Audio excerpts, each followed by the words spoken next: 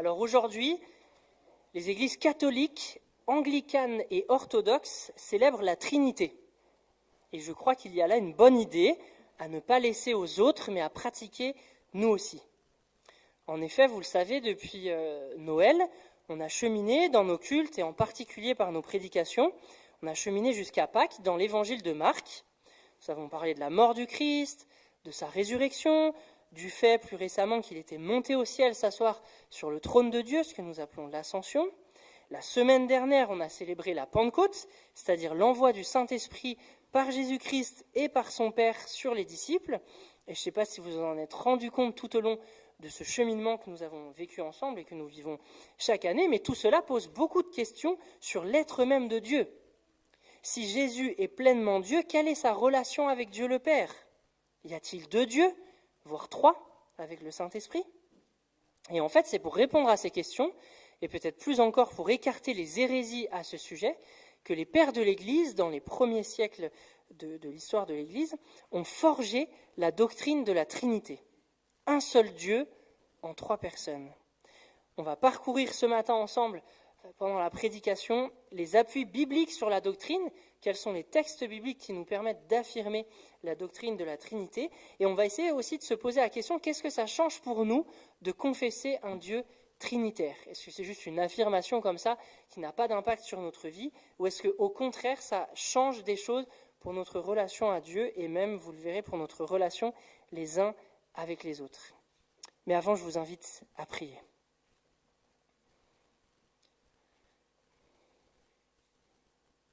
Seigneur, oui, nous voulons nous placer devant toi alors que nous allons parler de toi, essayer de mieux comprendre qui tu es, non pas par nous-mêmes, non pas par nos propres forces, mais sur la base de ce que tu as révélé toi-même de qui tu es.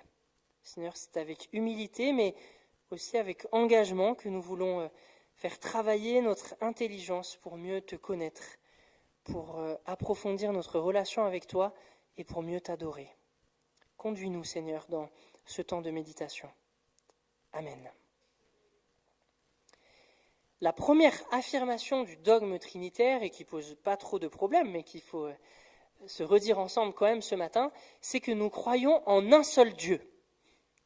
Il n'y a qu'un seul Dieu, Dieu est unique, Dieu est un. C'est la confession de foi fondamentale du judaïsme, qu'on retrouve en Deutéronome 6, verset 4, qu'on a pris l'habitude d'appeler le Shema, parce que c'est le premier mot de cette confession. Écoute, en hébreu se dit Shema. Et donc on a appelé cette confession le Shema. Écoute Israël, le Seigneur est notre Dieu, le Seigneur est un. On peut citer plein d'autres textes, un autre en 1 Roi 8, verset 60, lorsque Salomon a achevé de construire le temple et que le temple est inauguré, Salomon bénit le peuple d'Israël, et il dit « Ainsi tous les peuples de la terre reconnaîtront que c'est l'Éternel qui est Dieu et qu'il n'y en a pas d'autre. » Et dans le Nouveau Testament, sous la plume de l'apôtre Paul, en 1 Corinthiens 8, verset 6, « Il n'y a qu'un seul Dieu, le Père, de qui toute chose vient et pour qui nous vivons, et il n'y a qu'un seul Seigneur, Jésus-Christ, par qui tout existe et par qui nous sommes. » Et c'est intéressant de noter que Paul n'hésite pas dans la même phrase à réaffirmer, en s'inspirant de Deutéronome 6, verset 4, la confession de foi juive fondamentale, il n'y a qu'un seul Dieu, le Père, et d'ajouter qu'il n'y a qu'un seul Seigneur, en suggérant de manière très forte la divinité du Seigneur Jésus. Il le suggère de 2 manières, la divinité du Christ dans ce texte. D'abord, il l'appelle Seigneur. Le terme Seigneur peut avoir un sens faible, quasiment synonyme de monsieur, dans certains textes, mais la plupart du temps, dans la Bible, le terme Seigneur a un sens très fort. Dans l'Ancien Testament, pour ne pas prononcer le nom de Dieu, le tétragramme qu'on prononce Yahvé, même si on n'est pas absolument sûr de la prononciation, mais c'est la prononciation la plus probable, Yahvé, mais pour éviter de prendre le risque de prononcer le nom de Dieu en vain, les Juifs ne prononçaient jamais le nom de Dieu. Et lorsque le texte biblique a le tétragramme, les Juifs lisaient Adonai, ce qui veut dire Seigneur, pour éviter donc de prononcer le nom de Dieu. Donc lorsque Paul appelle Jésus-Christ Seigneur, c'est une manière très forte de suggérer sa divinité. C'est lui appliquer le titre qu'on appliquait à Dieu dans l'Ancien Testament, et ici il l'applique à Jésus-Christ. Et le deuxième indice très fort de la divinité du Christ dans ce texte, c'est qu'il dit que c'est par lui, par le Christ, que tout existe et que nous-mêmes nous sommes. Par Jésus-Christ, tout existe et nous sommes. Il est en train d'appliquer, Paul est en train d'appliquer à Jésus-Christ l'œuvre de la création. Il est en train d'attribuer un attribut divin, l'attribut de créateur, à Jésus-Christ. C'est intéressant de noter que ça ne le gêne pas, dans la même phrase, de dire qu'il n'y a qu'un seul Dieu, le Père, de qui toute chose vient, et un seul Seigneur, Jésus-Christ, par qui tout existe, et par qui nous sommes. Venons-en justement à la deuxième affirmation du dogme trinitaire. La première, vous l'aurez compris, c'est qu'il n'y a qu'un seul Dieu. La deuxième affirmation du dogme trinitaire fait certainement plus difficulté, même parfois pour les chrétiens, parce que c'est compliqué à comprendre. C'est l'affirmation selon laquelle Dieu est trine. Il existe en trois personnes. Et des trois personnes, du Père, du Fils et du Saint-Esprit, nous pouvons dire qu'elles sont pleinement Dieu. Ce ne sont pas les trois des morceaux de Dieu qui ensemble forment Dieu. Non, les trois sont Dieu, les trois sont pleinement Dieu. Alors penchons-nous un petit peu plus sur cette deuxième affirmation du dogme trinitaire en zoomant sur chacune des trois personnes divines. Première personne, le Père est Dieu, le Père est pleinement Dieu. On peut reciter ici le texte d'1 Corinthiens 8, verset 6, que je viens de citer. Il n'y a qu'un seul Dieu, le Père, de qui toute chose vient et pour qui nous vivons. Mais le Fils aussi est Dieu. Le Fils aussi est pleinement Dieu. On pourrait citer un grand nombre de versets, j'en cite deux. Le premier verset du prologue de Jean, Jean 1, verset 1, l'apôtre écrit « Au commencement était la parole, et la parole était avec Dieu, et la parole était Dieu. » Et il est très clair, si vous relisez l'ensemble du prologue, qu'il s'agit ici du Fils, parce que plus loin, au verset 14, l'apôtre Jean écrit « Et la parole est devenue chair, c'est-à-dire s'est incarnée, est devenue un homme, et elle a habité parmi nous, et nous avons contemplé sa gloire, une gloire de Fils unique, envoyé par le Père, pleine de grâce et de vérité. » Lorsque l'apôtre Jean parle donc de la parole dans le prologue de son évangile, c'est Dieu le Fils qu'il vise. C'est Dieu le Fils qui s'est incarné, qui est devenu chair, qui a habité sur terre parmi les êtres humains. Et donc de Dieu le Fils, du Fils qui est devenu l'homme Jésus, il dit qu'il était Dieu. La parole était Dieu. Il ne faut pas comprendre l'imparfait ici était comme s'il avait cessé d'être Dieu. Il ne cesse jamais d'être Dieu, il est Dieu pour l'éternité. En tout cas, on a là un verset qui montre la divinité du Fils. Le Fils est la parole est Dieu, le Fils est Dieu, pleinement. On peut même citer, je crois, un verset de l'Ancien Testament qui suggère très fortement, là aussi, la divinité du Messie encore à venir lorsqu'on se situe dans l'Ancien Testament. Et c'est important d'avoir en tête ce verset parce que nos amis musulmans qui n'acceptent pas la divinité de Jésus pensent que ce sont les chrétiens qui, dans le Nouveau Testament, ont affirmé la divinité de Jésus, alors que Jésus ne se serait jamais lui-même affirmé être Dieu, ce qui déjà, de mon point de vue, est faux. Mais aussi un autre argument qu'ils avancent, c'est que dans l'Ancien Testament, il n'y a aucun indice de la divinité du Messie à venir. Eh bien là, je crois que c'est faux. Michée 5, verset 1, une prophétie qui annonce la venue du descendant de David, la venue du Messie, dit « Et toi, Bethléem Ephrata » Bethléem, c'est une ville, hein. « Et toi, Bethléem Ephrata, bien que tu sois petite parmi les villes de Juda, de toi, il sortira pour moi celui qui régnera sur Israël. » Et c'est là qu'il y a l'indice de sa divinité. Son origine remonte au temps passé, aux jours anciens. Déjà dans l'Ancien Testament, il était question que l'origine du Messie, qui n'était même pas encore né, remontait au temps passé, aux jours anciens. Comment le prophète aurait pu dire ça d'un simple homme, alors que cet homme-là, ce Messie, n'est même pas encore né, de dire déjà que son origine remonte au temps passé, aux jours anciens. On a là un indice fort de la divinité du Fils. Et d'ailleurs, Jésus lui-même s'appliquera ces paroles dans l'évangile de Jean, dans un débat avec les pharisiens de son temps, en disant « Avant qu'Abraham fût, je suis. Avant qu'Abraham fût, je suis. » C'est une manière pour Jésus de s'appliquer cette parole. Son origine remonte au temps passé. Dieu le Fils n'a pas commencé d'exister lorsqu'il a pris chair dans le ventre de Marie. Jésus-Christ existe de toute éternité. Il n'a pas commencé à exister lors de sa conception dans le ventre de Marie. Ce qui s'est passé lorsqu'il a été conçu dans le ventre de Marie, c'est qu'il est devenu homme. Avant, il ne l'était pas, et il est devenu homme, mais il n'a pas commencé d'exister. Nous avons commencé d'exister lorsque nous avons été conçus. Le Christ n'a pas commencé d'exister lors de sa conception, avant qu'Abraham fût « Je suis ». Le Saint-Esprit est Dieu, pleinement Dieu. Je ne vais pas lire ce texte, mais juste vous le résumer. Vous pouvez le relire maintenant avec vos Bibles sous les yeux ou le relire chez vous si vous voulez creuser. En Acte 5, versets 3 à 5, vous savez, c'est l'épisode où Pierre reproche à Ananias de lui avoir menti non seulement à lui, mais au Saint-Esprit. Parce qu'il a vendu son champ, il apporte l'argent du champ alors qu'il en a gardé une partie pour lui, et il dit « Mais voilà toute la somme que j'ai obtenue par la vente de mon champ. » Et Pierre lui dit « Tu es bien sûr que c'est là toute la somme ?» « Oui, c'est bien ça. » Et Pierre lui reproche d'avoir menti au Saint-Esprit, puis juste après, il lui reproche d'avoir menti à Dieu. Il identifie ainsi, il met en parallèle le Saint-Esprit et Dieu. Mentir au Saint-Esprit, dans la conception de Pierre, c'est mentir à Dieu. Une manière de dire que le Saint-Esprit est Dieu. Il n'est pas autre chose que Dieu.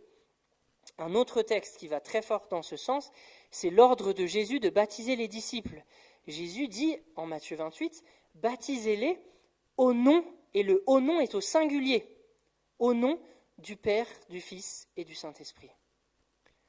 Le fait que « au nom » soit au singulier montre qu'il y a une unité entre le Père et le Fils et le Saint-Esprit, parce que les trois sont pleinement Dieu.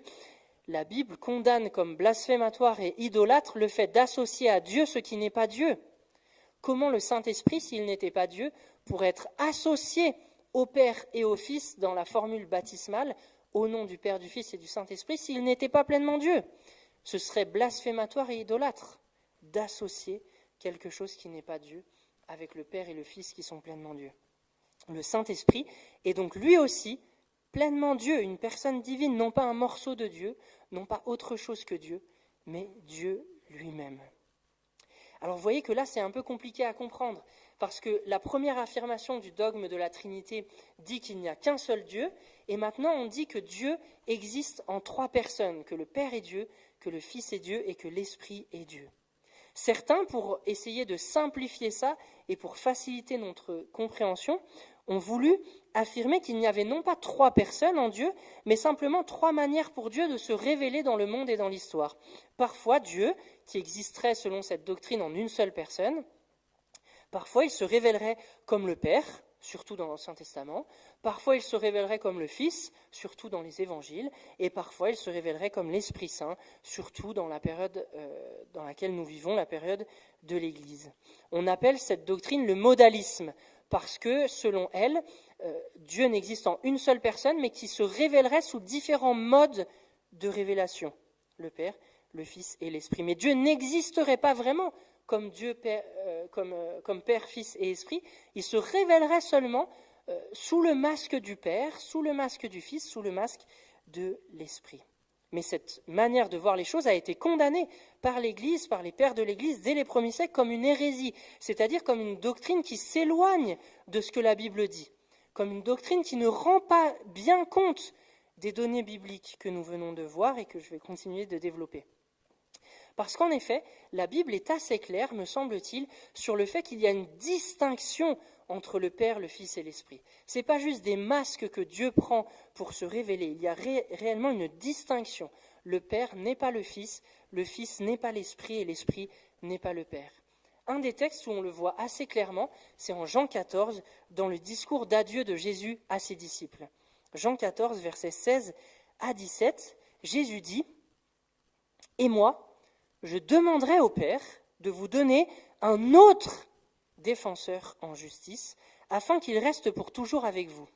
C'est l'Esprit de vérité, celui que le monde est incapable de recevoir parce qu'il ne le voit pas et ne le connaît pas. Quant à vous, vous le connaissez car il demeure auprès de vous et il sera en vous. » Dans ce texte, il y a la distinction entre les trois personnes divines.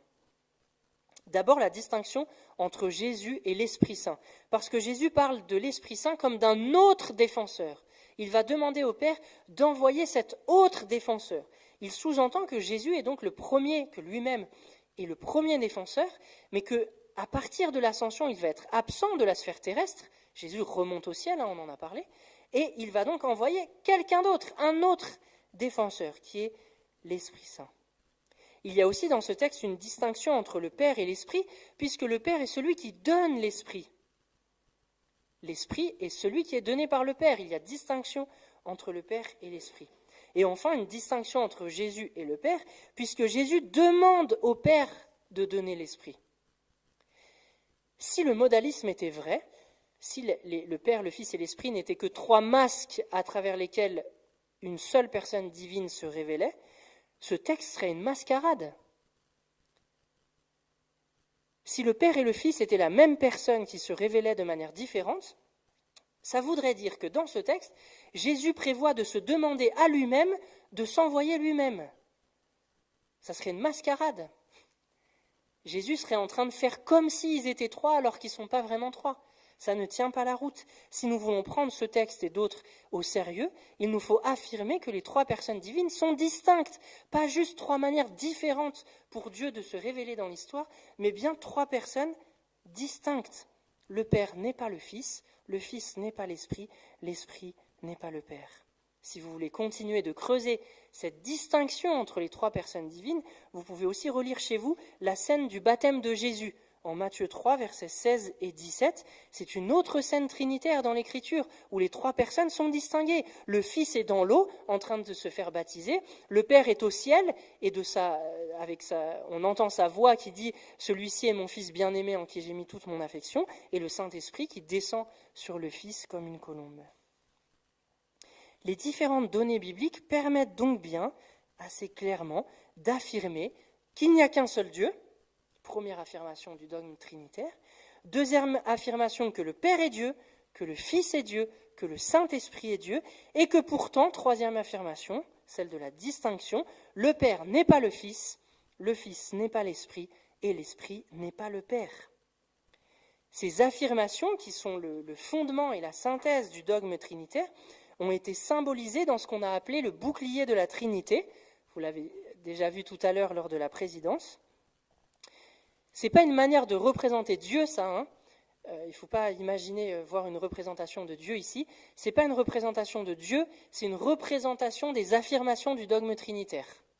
On retrouve tout ce que je viens de vous affirmer dans ce schéma. Vous voyez qu'il y a le cercle de Dieu au milieu, avec les trois personnes divines dans les angles du triangle, et vous avez trois segments qui relient les personnes divines à Dieu au milieu, avec le verbe « est ». Le Père est Dieu, le Fils est Dieu, le Saint-Esprit est Dieu. Il n'y a qu'un seul Dieu. Et les trois côtés du triangle, avec l'affirmation « n'est pas », qui nous permet de symboliser que le Père n'est pas le Fils n'est pas l'Esprit, et l'Esprit n'est pas le Père. On a toute l'affirmation du dogme trinitaire résumée dans ce schéma, et je vous encourage fortement à apprendre ces affirmations par cœur. Pour vous-même, vous rappeler de ce qu'est la Trinité, et pour les autres, si on vous demande ce qu'est la Trinité, ce en quoi vous croyez, vous pourrez, si vous le savez par cœur, expliquer facilement aux personnes qui vous poseront la question ce qu'est la Trinité. Et ce n'est pas très compliqué. Hein. Il y a un seul Dieu, le Père est Dieu, le Fils est Dieu, le Saint-Esprit est Dieu, pourtant le Père n'est pas le Fils n'est pas l'Esprit n'est pas le Père.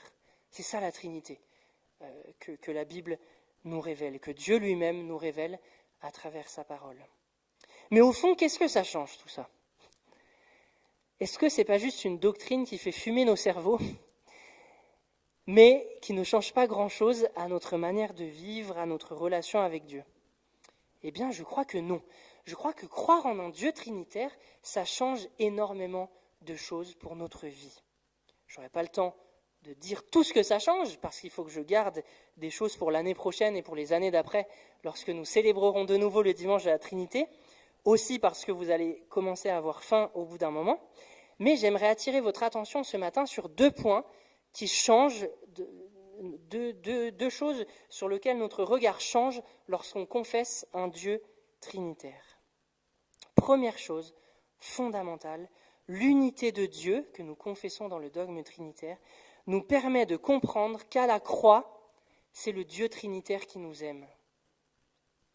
À cause de l'unité qu'il y a en Dieu, à la croix, nous devons affirmer que c'est le Père, le Fils et l'Esprit Saint qui nous aiment. Ce n'est pas seulement le Fils qui nous aime par sa mort à la croix, c'est les trois personnes divines qui nous aiment. L'unité de Dieu nous empêche de penser qu'il y aurait eu déchirure dans la Trinité au moment de la croix. Sinon, l'unité de Dieu serait remise en cause. Il n'y a pas eu de déchirure en Dieu à la croix. Il n'y a pas eu d'abandon du Fils par le Père. Certes, Jésus s'exclame « Mon Dieu, pourquoi m'as-tu abandonné ?» lorsqu'il meurt à la croix. Mais c'est une citation du psaume 22. Et les Juifs, à l'époque de Jésus, avaient l'habitude de citer un psaume ou d'autres textes bibliques en ne citant que le premier verset, parce que les psaumes n'étaient pas encore numérotés. Et si on voulait faire allusion au psaume 22, on citait le premier verset. Et la fin du psaume 22, dans la fin du psaume 22, le psalmiste remercie Dieu de ne pas l'avoir abandonné, de lui avoir répondu. Le Père n'a pas abandonné le Fils à la croix. Sinon, l'unité de Dieu aurait été rompue par la croix. C'est impossible à penser. Et surtout, il y a ce verset très clair de Paul, 2 Corinthiens 5, verset 19. Paul est en train de parler de la croix et il écrit « Dieu était en Christ, réconciliant les êtres humains avec lui-même sans tenir compte de leurs fautes. » Dieu était en Christ. Dieu n'a pas abandonné le Fils à la croix. Et puis souvent, on s'imagine que le Père aura abandonné le Fils parce qu'il était incapable de supporter le péché. Or, le Fils était en train de porter notre péché à la croix. Mais le Fils est Dieu. Si le Père ne peut pas supporter le péché, comment le Fils l'a-t-il supporté pour donner sa vie à la croix pour nous? Non, l'unité de Dieu nous empêche de penser qu'il y aurait eu séparation dans la Trinité. L'unité de Dieu nous enseigne qu'à la croix, c'est le Dieu trinitaire qui nous aime.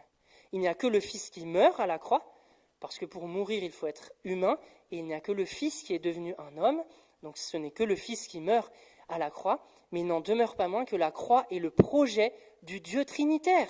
La croix est le projet des trois personnes. Les trois nous aiment. Le Fils ne meurt pas pour nous protéger du Père. J'entends trop souvent des conceptions de la croix qui vont dans ce sens. Le Fils ne meurt pas pour nous protéger du Père. Le Père, le Fils et l'Esprit Saint nous aiment. Et le Père, le Fils et l'Esprit ont décidé d'un commun accord de la croix pour notre salut, pour notre réconciliation avec Dieu. Une bonne compréhension de la Trinité nous permet donc de mieux appréhender l'amour de Dieu pour nous. Deuxième point, de manière tout à fait mystérieuse, l'amour qui existe au sein de la Trinité entre les personnes divines, entre le Père, le Fils et l'Esprit, se reflète par l'amour qui existe dans l'Église. De manière tout à fait mystérieuse, l'amour qui existe au sein de la Trinité se reflète par l'amour qui existe dans l'Église. C'est Jésus qui le dit aussi, lorsque, après avoir donné son dernier discours à ses disciples, il prie le Père pour ses disciples, et il demande cela. Il demande cela au Père. « Je te demande qu'ils soient tous un. Comme toi, Père, tu es en moi, et comme moi je suis en toi, qu'ils soient un en nous, pour que le monde croie que c'est toi qui m'as envoyé. Je leur ai donné la gloire que tu m'as donnée, afin qu'ils soient un, comme toi et moi nous sommes un, moi en eux et toi en moi. Qu'ils soient parfaitement un, et qu'ainsi le monde puisse reconnaître que c'est toi qui m'as envoyé, et que tu les aimes comme tu m'aimes. » Le Seigneur prie pour que l'unité qu'il a avec le Père se reflète dans la communion de l'Église. Et cette communion de l'Église prend du même coup une portée missionnaire pour le témoignage dans le monde. La communion qu'il doit y avoir dans l'Église permettra, selon Jésus, au monde de croire dans le Fils qui soutient cette communion. La communion qu'il doit y avoir dans l'Église permettra aussi au monde de croire à l'amour du Père au moyen de l'amour que les enfants se porteront entre eux. Et au fond, il y a quelque chose d'assez logique là. Le monde qui nous voit, qui nous observe, qui nous regarde vivre, pourra croire à l'amour du Père lorsque le monde verra que les enfants de ce Père s'aiment entre eux. Et il y a donc un reflet de l'amour intratrinitaire, de l'amour entre les personnes divines dans l'Église par l'amour que les frères et sœurs, les enfants de ce Père, les frères et sœurs du Fils se portent entre eux. Ainsi, notre relation avec le Dieu unique qui existe en 3 personnes fonde et nourrit les relations que nous avons les uns avec les autres dans l'Église pour le témoignage de l'Évangile dans le monde. La Trinité n'est donc pas qu'une doctrine pour faire fumer nos cerveaux. Il s'agit réellement d'approfondir notre connaissance et notre relation avec notre Père. Celui que nous appelons Père, nous pouvons l'appeler notre Père. Approfondir donc notre relation avec notre Père par le Seigneur dans l'Esprit Saint. Bien sûr, la doctrine de la Trinité fait appel à des concepts complexes et on ne peut pas prétendre saisir pleinement Dieu, même en confessant ce dogme. Mais il n'y a rien de surprenant à cela. Notre finitude et notre intelligence humaine ne nous permettra jamais d'avoir une compréhension totale de Dieu. Dieu est infiniment plus grand que nous, infiniment plus grand que ce que nous pouvons comprendre. Mais dans le même temps, il faut aussi affirmer que nous pouvons réellement connaître Dieu, non pas parce que notre intelligence accède par elle-même à l'être de Dieu, mais parce que Dieu nous aime et que dans son amour, il a décidé de se révéler à nous. Et il s'est révélé tel qu'il est. Non pas comme le modalisme dit, la révélation de Dieu n'est pas une mascarade. Dieu se révèle tel qu'il est réellement. Cherchons donc à toujours mieux connaître ce Dieu trine qui nous aime et qui se révèle à nous pour toujours mieux l'adorer. Amen. Je vous invite à un temps de silence pour recevoir les paroles qui ont été partagées ce matin. Seigneur Jésus, merci pour qui tu es. Merci Dieu pour qui tu es. Merci parce que c'est toi qui nous as créés, Père, Fils et Saint-Esprit. C'est toi qui as créé tout ce qui existe dans cet univers. C'est par toi que tout subsiste. Et merci parce que même si nous avons rompu la communion avec toi par le péché, en nous rebellant contre toi, en cherchant à vivre de manière autonome, coupés de toi, tu ne nous as pas abandonnés. Tu ne nous as pas lâchés dans le mal que nous avons fait entrer dans le monde. Mais toi, Dieu le Fils, tu t'es incarné pour devenir un homme, pour nous révéler le Père et pour donner ta vie à notre place, pour restaurer cette communion. Merci parce que par l'œuvre du Fils sur la terre, c'est la Trinité qui nous a aimés. C'est toi le Père, toi le Fils, toi l'Esprit Saint qui nous a aimés et qui s'est révélé à nous pour rétablir la communion, pour rétablir la relation avec l'humanité à laquelle nous appartenons. Merci Seigneur, parce qu'à la croix, c'est le Dieu trinitaire qui nous aime. Dieu était en Christ réconciliant le monde avec lui.